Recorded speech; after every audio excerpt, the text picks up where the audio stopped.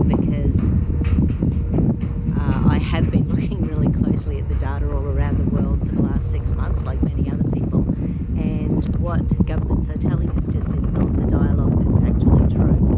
So the data on face masks, the data on distancing, the data on many things just really doesn't ring true. So hate facts, hate data. It's one of those things that it's fairly new to me.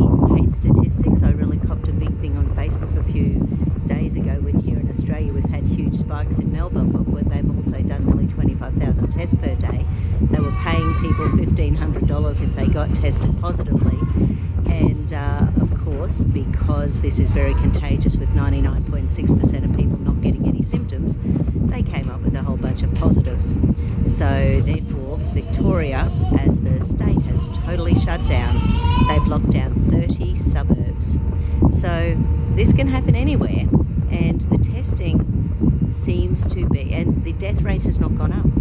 The rate of infection has not gone up, and yet they've locked down 30 suburbs. So once again, all these people are out of a job again. All of these people are getting a small amount from the government, I'll give them that, and but nonetheless, it's like, what's going to be next?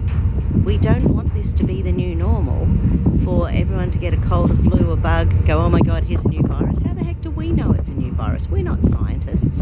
What aren't they telling us? There is more to this. There's more to this. Okay, anyway,